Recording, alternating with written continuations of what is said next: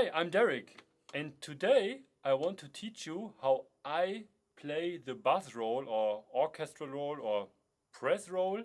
And it's for me important to say that I'm not a rudimental player, so I don't have any world championship rudimental background, or I'm also not a classical trained player, just a regular drum set player, okay? So the first thing is how to hold the drumsticks. And I hold them between the thumb and the first finger or the index finger, and the other fingers don't touch the stick, okay? It's very important. And there are different grips or fulcrums, so I'm not a traditional trained player. I cannot play traditional at all, but you can leave here some space between these two fingers. This is how I play it and hold the stick, but of course you can hold the stick also like this, okay? That it's closed here. But my way is to put the drumstick between the first and second joint here in this, and then, okay, put the other finger on top. So this is my grip fulcrum for both hands, okay, that the drumstick can swing here. And one of the most important things, I think I will repeat it over and over again in this video, but this is very important, that the index finger stays loose, okay? When it's tight, then you cannot, or the stick cannot move, okay? So, first exercise, what you're doing is to hold the stick very loose between your fingers and let the stick bounce on the snare drum head. And I recommend at the beginning to put off the snare strainer and play maybe here more at the edge of the drum, because you have more rebound, okay? So this is the first step, first exercise with the right hand. Let the stick bounce as long as you can, okay? So it sounds like this. So it's very loose.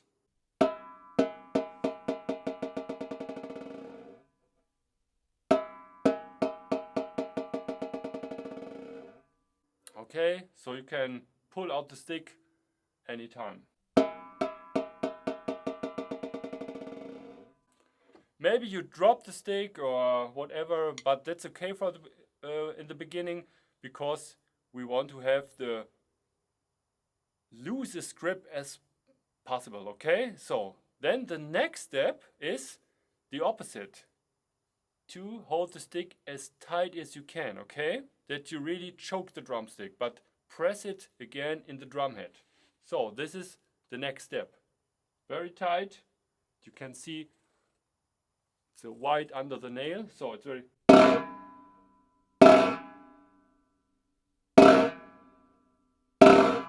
Okay, so the index finger and the thumb is really tight.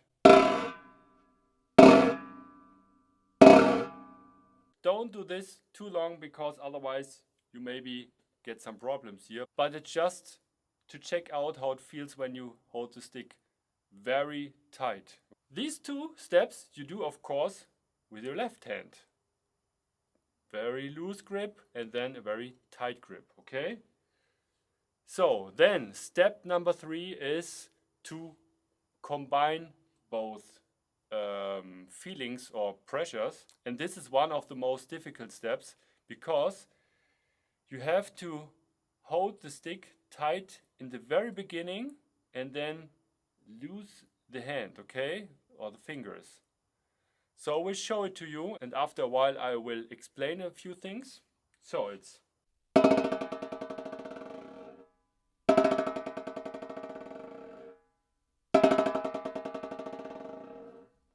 Okay, as you could see, just to demonstrate it, how loose it is, at the end I put the thumb away here somewhere and let the stick only play with the rebound of the drum head, okay? Once again.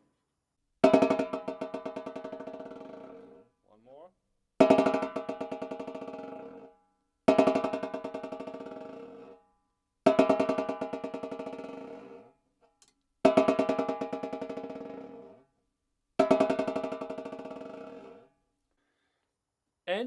as I told you in the beginning, it's tight and then directly loose, okay? And if you play this very tight in the beginning, then don't do this too tight like in the second step I've explained.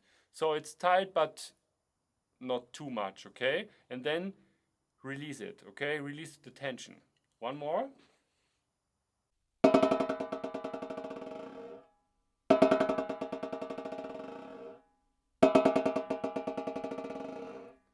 So we want to have a lot of strokes almost with the same density. So it's not in the beginning like that, like dropping a ping pong ball. So it's okay, but it's of course getting softer. So one more time.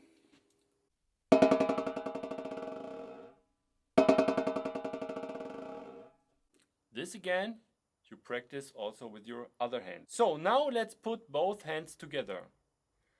And this is the starting position. I will put the right stick here on the right side of the snare drum and the left stick here on the left side. Of course you can put both drumsticks here in the middle, here on top, but for me it's easier in the beginning to practice like this because the sticks cannot hit, okay, or disturb each other. So I put the right hand here, the left here, and then this is our starting position. I will just do the first stroke with my right hand and let it on the drum head, okay? Then when the right hand is finished, then you play the left hand. Right hand. Left hand. Right hand.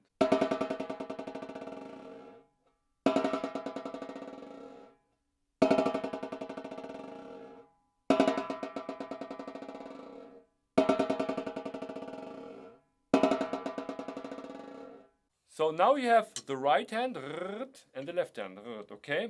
But now the next step is to speed it up. And when you speed it up, after a while, when you have the sound of the right hand and the left hand, you're putting them together, that it doesn't sound like a saw, that you I will demonstrate how it shouldn't sound, but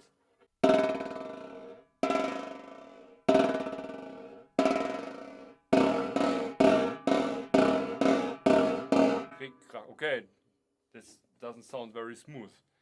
But what I'm doing now is to speed up a little bit, and when one hand is still playing, the other hand starts right away, okay? So this is also a difficult step for most people. For me either back then. So, okay, to demonstrate it, I will show it here. I play with both hands here on top of the snare drum. So it starts slowly, and then after a while I speed up and then put the hands close together until they are like overlapping, okay? So.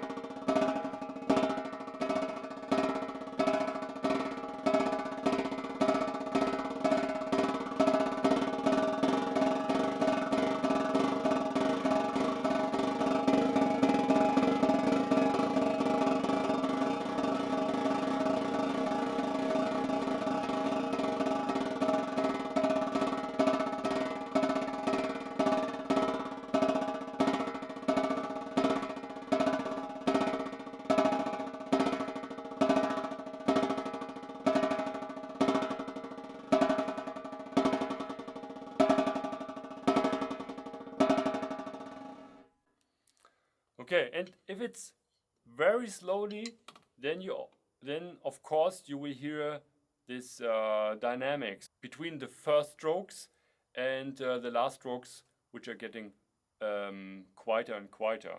And if you're speeding up, then you don't have these mountains and valleys, but it's more like this, okay? And the great masters, they let it sound like zzz, like one sound.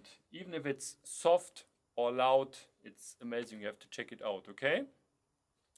Now we're adding the snare wires. And this is the step where you can check out if it sounds cool for you, okay? So, this is the drum roll, again, slowly to faster, and I will try my very best to let it sound the best in the moment, okay? So, slowly to fast.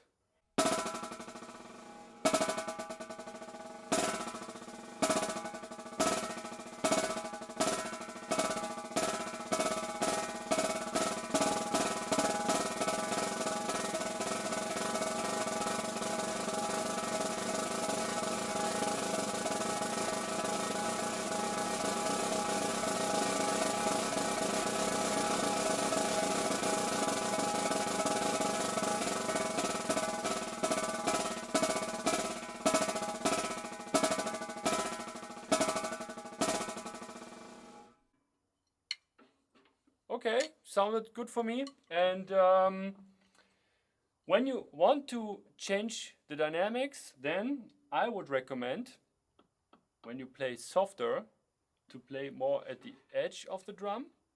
And you don't have to put more power into, but when you move the drumsticks more to the center, it will automatically sound louder because you have more sound from the drum head and the whole drum, okay? I will demonstrate it. So I try to stay with the same pressure and power and force, and then just move the drumsticks back and forth on the snare drum head, and then you can hear the dynamics. Okay.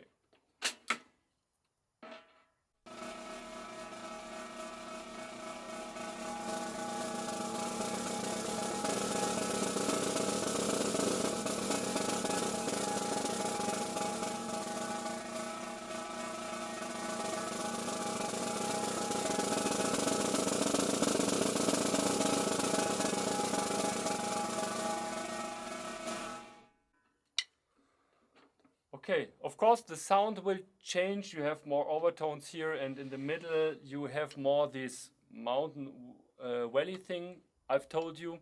And yeah, it's a lot of training, okay? But it's worth, because maybe you're playing a gig, a wedding, and you have to do like bash, blah, blah, blah, blah. So we call it in Germany a Tusch, okay? And yeah. And when you want to add more dynamics, then I would recommend to add also pressure and power and force, so that you have more dynamic range. Sounds like this.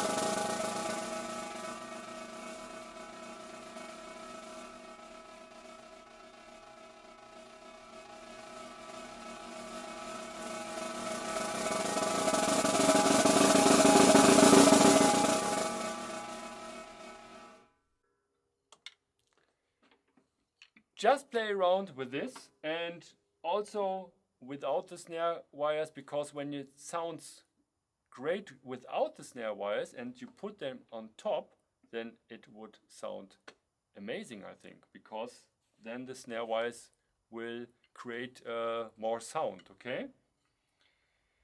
And to close this video, I have one great exercise to develop this grip. And former teacher back there in Hamburg, here in Germany, where I've studied, showed it to me. So when you're sitting on the couch in the evening and you don't want to practice and practice pad and don't have a drum set, then do this, okay? Hold the stick as I told you. Put the elbow here on the knee and let the stick fall back here, okay? And now try to move the stick with your index finger, thumb, with this fulcrum. This is also a great exercise to develop the fingers. Okay, but for the press roll, then you can feel how the tip of the index finger works with the drumsticks. Okay? This seems easy. It's of course an easy exercise, but you get very much out of it. So that's it about the bass roll, press or orchestral roll, multiple bounce roll also, as it's called. And let me know what you think about this method and how it sounds for you, if it works for you. And don't forget, of course, to subscribe, like, write thousands of comments, and yeah, see you next time. Bye.